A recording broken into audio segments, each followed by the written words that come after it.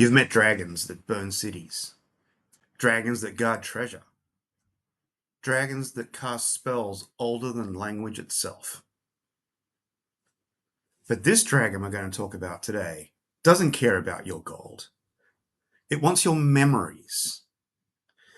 It unravels reality, thread by thread, and sews your regrets into a tapestry of its own design.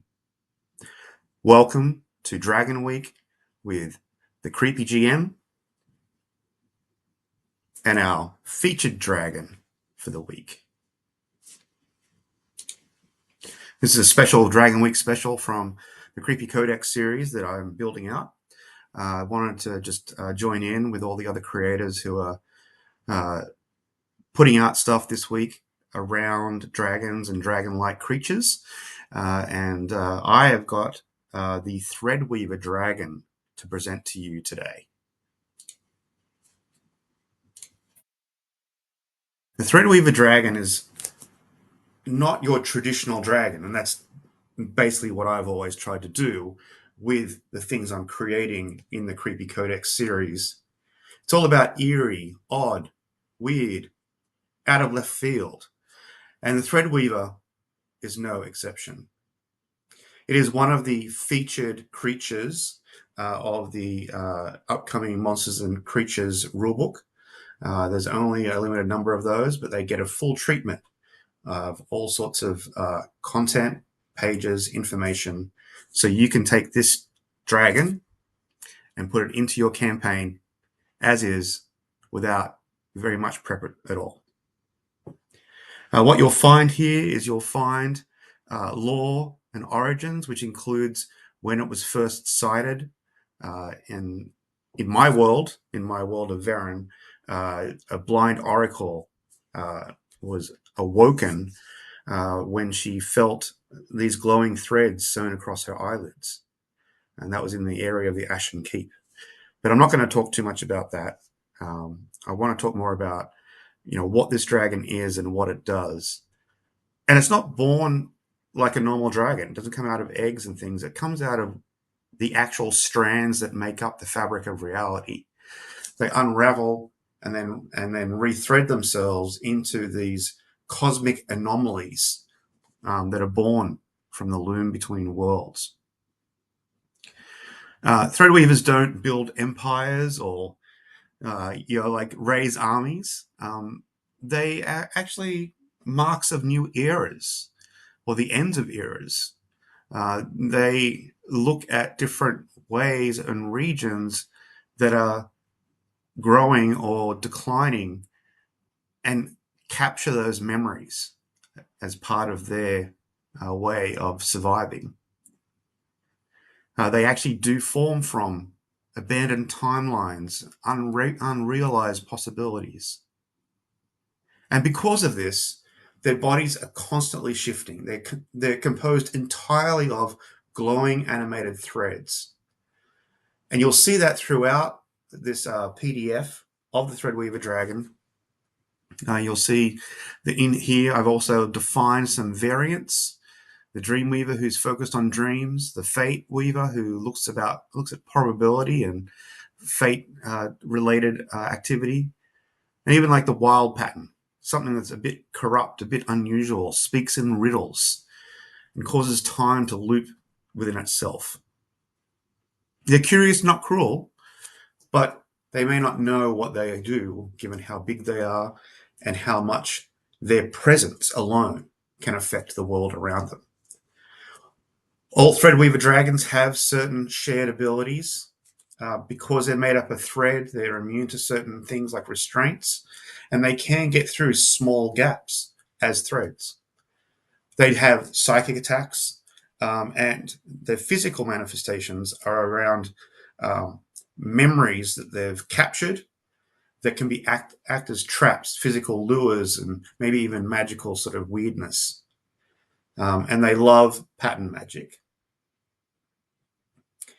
They tend to look towards ruins and forgotten areas, forgotten libraries, grief-strained homes that have been affected by unfortunate incidents. And they feed on that emotional residue of those areas. They look for dream fragments from sleeping minds of incomplete dreams and nightmares. And they look at things like decision point energy at critical moments and why those things can be so hard to make a decision around that they can then capture on that incredible stress that you may be sort of focused on.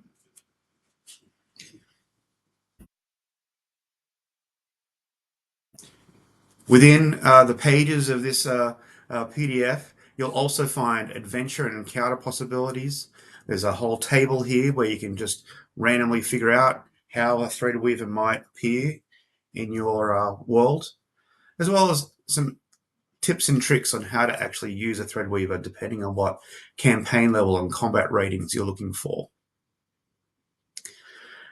There's also interaction tips, ways that the players and the parties that encounter Threadweavers can negotiate with a Threadweaver, and how the Threadweaver may react to all those different things.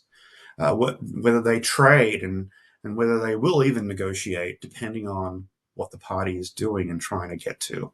And so, because of this, it's all around memory and threads of emotion and decisions and things like that. So, their diplomacy needs to be around that kind of memory-based mechanic. They like to play memory games. They might mimic people as something like a bird might almost.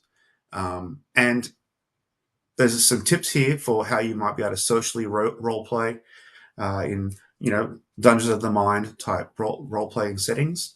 And we've also got a little bit here about memory and identity and how normally memory and identity are different things, but Threadweavers blow those lines and really cause angst in certain people who separate those two things.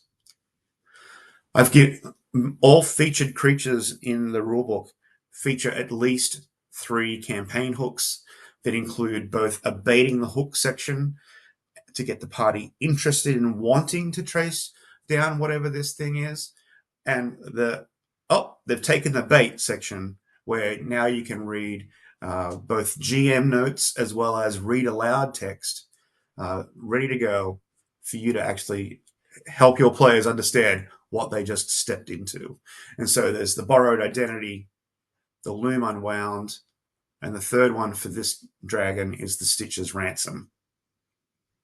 You'll see I've got a flavor bit of text at the beginning, some information for the GM, and then those 2 sections I mentioned.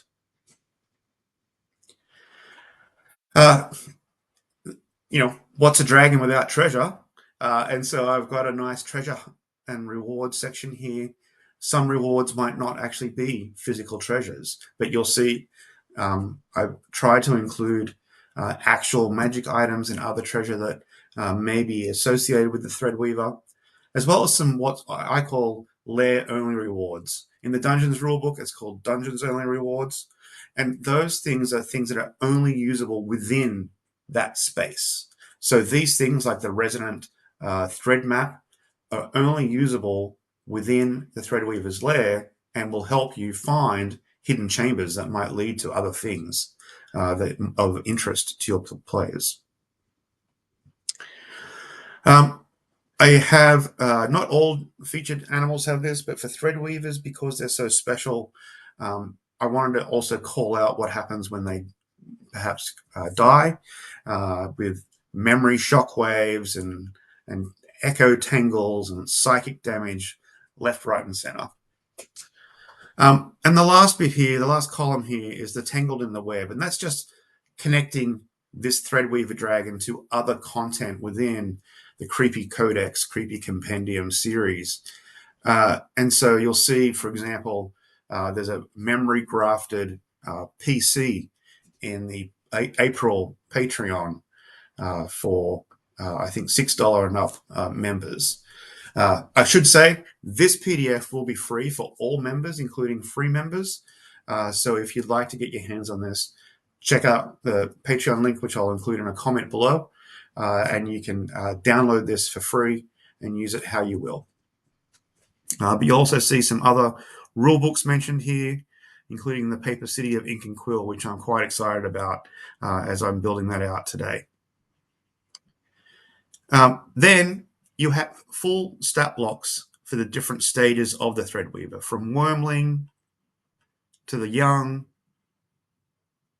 to the ancient, adults and ancients, the Threadweaver Archweaver, which is this colossal version of the Threadweaver, and then finally the Great Archweaver themselves, only one in existence at all times, at any time, just truly cosmic in size and nature and impact. And you'll see just how big it is in these pictures. Now, another section I have in the Creatures and Monsters rulebook is the named legends, where they're individual instances of some of these things. And for Dragon Week, I wanted to do the same for that featured dragon. So we've now got Vexus Fate Weaver, the Memory Collector. And you'll see some common things here, but there's very specific individual personalized information here of how Vexus was spawned, what Vexus did in his young years, what their personality is like, as well as some peculiarities and quirks they may have, what sort of memories they like to try and collect, what threads may indicate their emotional state, and so on and so on. All of this information really sort of rounds out Vexus and their particular character and personality. You'll see Vexus has their own goals and motivations, as well as some suggested campaign hooks, and how Vexus likes to interact with people, including the players, and some suggested treasures and rewards that players may find in Vexus's lair specifically. And then, of course, wouldn't be complete without Vexus's stat block, which does have some unique actions and regional effects that are only due to the way Vexus has grown and has impacted the region in the area and around him.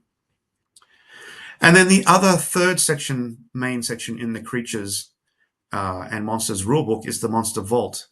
This is a collection of 2-page entries on dozens of different monsters and creatures that you can pick up and play. It doesn't have the huge detail of those previous things, but allows me to put in more. And what I did on Instagram, if you haven't seen it already, is every day I posted up a different dragon concept with just pictures and the name and what type it was. And now what I'm offering here, what I'm giving away, is the 2-page entries for each of those 7 Dragon Week dragons. First one being the Rust Eater, and going from there, you can see there's 2 pages. It has like a summary version of what you might see for a featured creature. There's origins and behavior, where it can be found, a stat block, read aloud text, as well as encounter hooks and treasure, signs that this type of dragon might be nearby, what happens in the lair, that kind of thing. And each of the 7 dragons has that. The Candle Wing is day 2. Here I've actually given a Wormling stat block as well as the adult, just in case you want to have a different combat rating ready to go for that dragon. Some of the dragons deserve that, some don't. The Bloomscale definitely needs variation for you to actually do this. And I'm actually looking at expanding out the Bloomscale, because I've got some great notes I've written around perhaps a thorny version of this dragon, and with its own sort of behavior. We've got the Spine-Crowned Prophet. We've got the Smoke-Kissed Seraph. We've got the Clay-Sung Serpent, born out of clay, made in a kiln of magic and sacred clay and runes that bind music to motion. And then finally, the Egg That Dreams. Not a creature in a traditional sense, no. This is a dormant god, a vessel of unreleased futures, as I wrote it. So check this out. And then, as I said, 2 pages on each, and then I've just got a last page on the PDF of just an image of all 7 dragons and the egg for you to use.